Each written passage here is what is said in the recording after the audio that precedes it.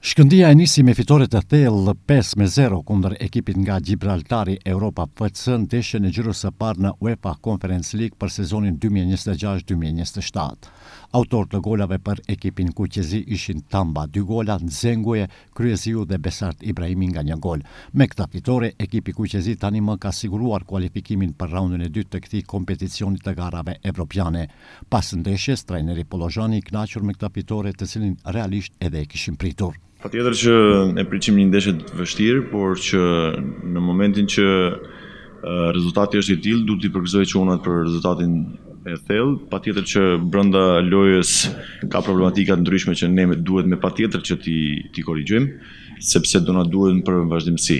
Kjo fitore na shërben pikërisht për këtë vazhdimsim, për moral, edhe që të na ndihmoj pastaj në atë rrugtimin tonë duke u kthyer ke pyetja që duhet të shkojmë sa më gjatë në Kupat e Evropës.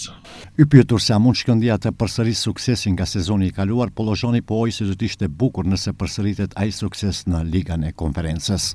Ne duhet të provojmë që ta përsërisim atë sukses, sepse është jashtëzakonisht i bukur kur përsëritet. Që do të thotë duhet t'japim maksimumin që të mos rrim në atë nivel që i kemi kap Kupat e Evropës ose grupet në Conference League, edhe të vazhdojmë në atë nivel, Patjetër që duam që të përsërisim, sepse siç e thash, është jashtëzakonisht e bukur nëse përsëritet. Si për aspektin e klubit, ashtu edhe përgjithësi futbollit maqedoni. Me 1 gol të shënuar në ndeshjen kundër Europa FC ka debutuar edhe Almir Kryeziu, i cili tha se është shumë i lumtur për këtë fitore. Pikërisht jam shumë i lumtur për arritjen fitore, kaq bindse që bëm shumë të lehtë duke, po besoj që nuk ishte shumë e lehtë. Dhe gjithashtu jam shumë i kënaqur për debutimin ku arrita ta ndihmoj ekipin me një gol.